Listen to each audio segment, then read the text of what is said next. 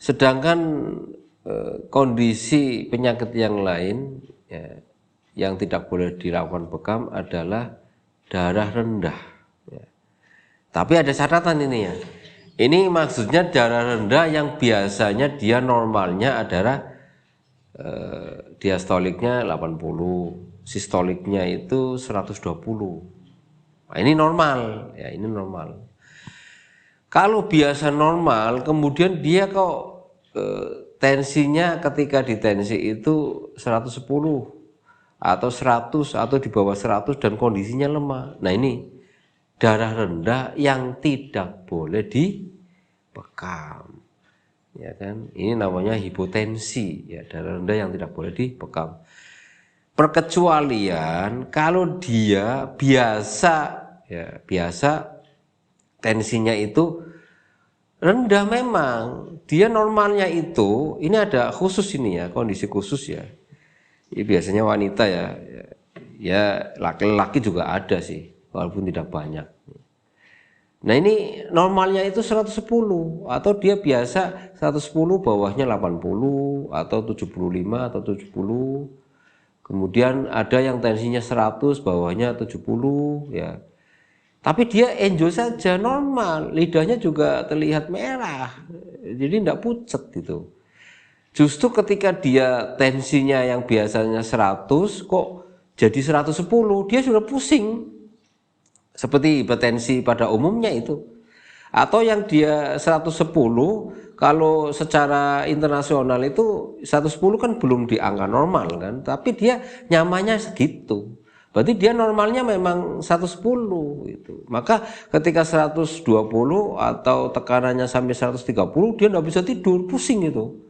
Nah, maka darah rendah atau hipotensi yang biasa dia enjoynya atau freshnya atau enaknya badannya ya, kepala tidak pusingnya itu kok di tensi 110 bawahnya 75 atau 80 atau 70 kok nyamannya di angka itu, maka ini boleh dilakukan bekam.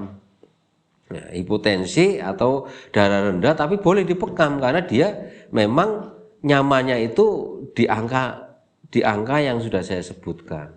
Nah, yang tidak boleh adalah yang biasanya dia 120 normalnya, diastoliknya 80, kok dia turun gratis di bawah 110, 100 atau 90, bawahnya lebih bawah lagi 70 atau 60. Nah, kondisi yang hipotensi atau darah rendah ini tidak boleh. Kenapa tidak boleh dibekam? Karena kondisi yang hipotensi ini lidahnya pucat, tenaganya juga lemah, itu dikhawatirkan begitu dibekam dia langsung pingsan. Nah ini, itu alasan kenapa darah rendah itu tidak boleh dibekam. Khususnya adalah darah rendah yang biasa dia normalnya itu di angka normal. Sistoliknya 80, bawahnya sistoliknya itu 120, bawahnya itu 80, itu yang di angka normal. Maka ketika dia di bawah 110, maka tidak boleh dilakukan bekam. Namun jika dia ya, artinya biasa tensinya rendah, tetapi kok dia normalnya segitu, ya, maka jangan disamakan dengan yang biasa normalnya 120 gitu. Maka boleh dilakukan bekam. Karena dia nyamannya segitu, karena lebih dari 110, karena dia enak nyamannya itu 110, kemudian dia 122 sudah puyeng, apalagi 130 sudah puyeng. Nah, ini yang tidak boleh dibekam ketika lebih dari kebiasaannya. Jadi tetap ada catatan khususnya ya, tetap ada catatan khususnya. Maka dari itu terapi bekam itu harus paham diagnosa, bisa dikombinasi gitu. Jadi jangan mengandalkan alat ya. Paling tidak kita memahami diagnosa nadi, lidah. Jadi kita nanti akan melakukan terapi itu dengan bijak, dengan yang terbaik. Ya. Karena ada kondisi-kondisi tertentu tadi, tensinya rendah kok bisa dibekam, ya. ada catatan khususnya. Nah itu, untuk memahami catatan khusus itu, ketika kita mengetahui konsep holistik, diagnosa yang menyeluruh, paling enggak kita bisa kapan ini dilakukan terapi, kapan ini tidak. Nah itu, ini pentingnya kita memahami diagnosa, ya. Apalagi diagnosa holistik yang menyeluruh, insya Allah akan lebih bijak dalam melangkah. Baik, berikutnya ini darah tinggi ya, darah tinggi atau hipertensi atau darah tinggi kronis atau hipertensi yang maligna atau di atas yang sudah saya sampaikan tadi ya. Kondisi stroke diawali dengan kondisi dia itu memang tensinya tinggi, dan tensinya tinggi di atas 210, itu sudah maligna.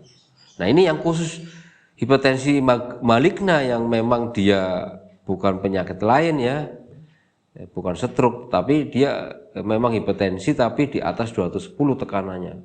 Nadinya besar, tipenya penuh. Nah ini tidak boleh ya, tidak boleh dilakukan bekam karena bisa mengalami maut ini ya. Kalau tidak pingsan bisa mengalami maut. Karena apa? Begitu dia tensinya terlalu tinggi, sudah tegang, sudah sedang tegang-tegangnya kok dibekam, pengam kepalanya itu bisa bablas itu. Ya tentunya kalau Allah mentakdirkan ya. Tetapi kehati-hatian kita ketika angka tensinya itu di atas 210, ini namanya hipertensi maligna. Itu tidak boleh dilakukan bekam karena mengancam nyawa yang berkaitan atau mengancam nyawa individu yang bersangkutannya. Kemudian ya, kondisi berikutnya adalah penderita hepatitis, istilahnya ya penyakit kuning. Bisa itu ya dilihat dari matanya kuning, wajahnya agak kuning ya, sampai kuku-kukunya itu agak kekuningan. Nah ini penderita hepatitis itu tidak boleh dibekam.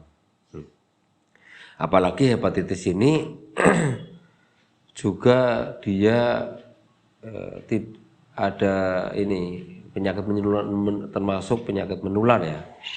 Maka orang yang bekam ini ya khusus ya penderita HIV atau AIDS dengan penderita hepatitis itu ada catatan khusus. Kalau bisa pakai alat sendiri, Jadi tidak boleh pakai alat yang biasa digunakan di klinik-klinik kita ya. Ini harus khusus, suruh beli aja. Ini kehati-hatian ya. Nah ini khusus penderita hepatitis, tentunya yang mata sudah kuning, wajah sudah kuning, sampai kuku-kukunya kuning, kondisinya juga sudah lemah. Di samping ini ada penyakit, termasuk penyakit menular, juga kondisi lemah ini ya apalagi hepatitis, tidak hepatitis aja. Ketika kondisinya tidak memungkinkan, itu tidak boleh dilakukan terapi bekam. Maka untuk penderita hepatitis yang kondisinya memang sudah lemah, ya, itu dilarang dilakukan bekam sampai hepatitisnya itu paling tidak dia sudah membaik. Nah itu ya, karena tentunya kalau kondisi lemah ya di samping pingsan juga tadi ada penyakit menularnya juga ya. Kemudian yang berikutnya adalah kondisi penyakit yang sudah gagal ginjal. Gagal ginjal di sini terutama gagal ginjal yang memang dia ginjalnya sudah rusak, sehingga fungsi ginjalnya tidak optimal, ya kan? Juga kondisinya lemah, maka ini tidak boleh, karena kalau dibekam ya malah tambah parah itu.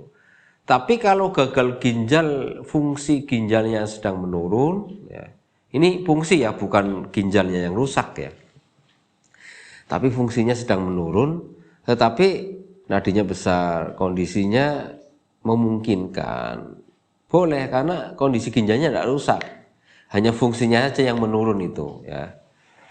Tetapi dengan catatan orangnya ini tidak lemah itu. Nah itu kayak gitu, intinya begitu ya. Jadi kondisi gagal ginjal yang memang dia sudah rusak organ ginjalnya sehingga fungsinya otomatis dia rusak dan orangnya lemah, maka kondisi gagal ginjal ini dilarang dilakukan bekam. Tetapi ketika dia ginjalnya tidak rusak tetapi hanya fungsinya saja, kok kondisinya memungkinkan, ya enggak apa-apa, tapi ambil titik, jangan banyak-banyak. Ini yang dimaksud adalah gagal ginjal yang memang organnya sudah rusak dan sudah kronis ya. Kondisinya tidak memungkinkan. Tapi rata-rata gagal ginjal ya kondisinya lemah. Maka kalau kita mengacu kepada kehati-hatian kita, lebih baik jangan dilakukan bekam. Kecuali kalau terapisnya ini memang dia sudah profesional, menguasai banyak ilmu tentang pengobatan, kemudian prediksinya dia itu memang memungkinkan, bisa misalnya dengan mengambil titik hanya beberapa saja, ya itu catatan insya Allah. Kalau dia sudah berpengalaman itu ya tidak masalah, yang penting kaidahnya adalah dengan kaidah ilmu ya, jangan tanpa ilmu itu. Jadi ada catatan khusus ya. Tapi secara umum gagal ginjal ini karena kondisinya lemah itu tidak boleh dilakukan bekam. Efeknya bisa tambah parah gagal ginjalnya, juga bisa parah dia pingsan juga karena kondisinya lemah. Kemudian kondisi-kondisi yang lain yang tidak boleh dilakukan bekam adalah ketika wanita sedang menstruasi. Ketika wanita sedang menstruasi itu biasanya wanita ini lemah ya, namanya dia juga sedang ini ya, datang bulan ya. Oh datang bulan kok dilakukan bekam gitu. Oh dia juga sedang melakukan ini ya, pengeluaran toksit yang ada di tubuhnya ya. Kalau laki kan tidak ada ya, kalau perempuan ini kan ada. Maka dalam kondisi sedang menstruasi sebaiknya jangan dibekam. Kecuali misalnya dia menstruasinya 7 hari, kok hari ke-5 ke-6 ya mau penuntasan ya, tapi kondisinya dia kuat, tidak ada masalah. Terus ada keluhan lehernya kenceng itu ya, cenut-cenut ya, lidahnya merah, energinya berlebihan ya, ini khusus enggak apa-apa. Insya Allah enggak apa-apa karena energinya cukup. Tapi kalau baru 1 hari, 2 hari, 3 hari yang sedang banyak-banyaknya keluar ya baiknya jangan dilakukan bekam. Catatan khusus wanita menstruasi dengan catatan dia mau bersih ya. Misalnya hari ke-5, hari ke-6 ya, hari ke-7-nya itu karena dia sudah hendak keluar, kadang-kala hanya plek-plek saja, mau ini bersih, mau suci, kemudian dia ada keluhan ya, leher kaku misalnya, kedua bahunya pegel ya, memang disebabkan di situ keras ya, ada gundukan darah di situ sehingga menghalangi sirkulasi dan rasanya jadi pegel, tidak nyaman, boleh silakan ya. Tetapi jangan di area perutnya, di pinggangnya jangan, tapi di area punggung insya Allah boleh. Yang penting kita yakin dengan kaidah ilmu ya, dan itu tepat ya.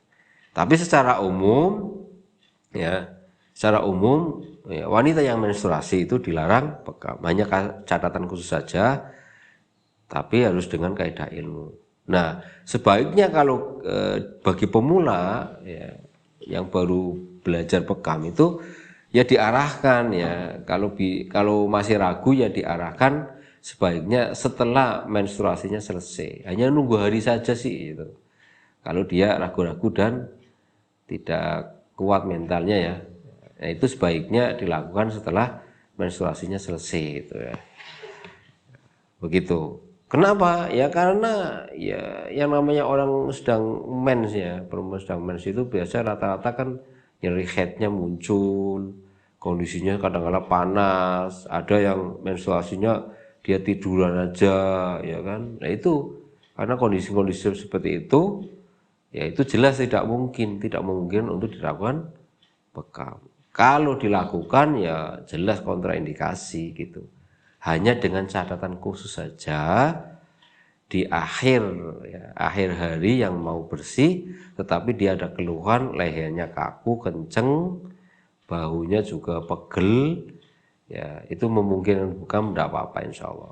Ambilnya jangan banyak-banyak, beberapa titik saja. Tuh. Kemudian kondisi yang lain adalah vertigo. Nah, vertigo itu pusing 7 keliling. Wah, ini Masya Allah. Dia sedang pusingnya aja luar biasa.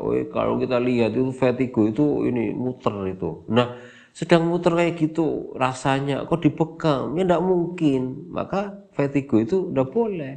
Kalau dia memang sedang datang sakit vertigonya, maka dilarang keras untuk dilakukan bekam. Karena ya, rasanya aja udah muter-muter ya, itu dibekam bisa pingsan, bahkan bisa maut.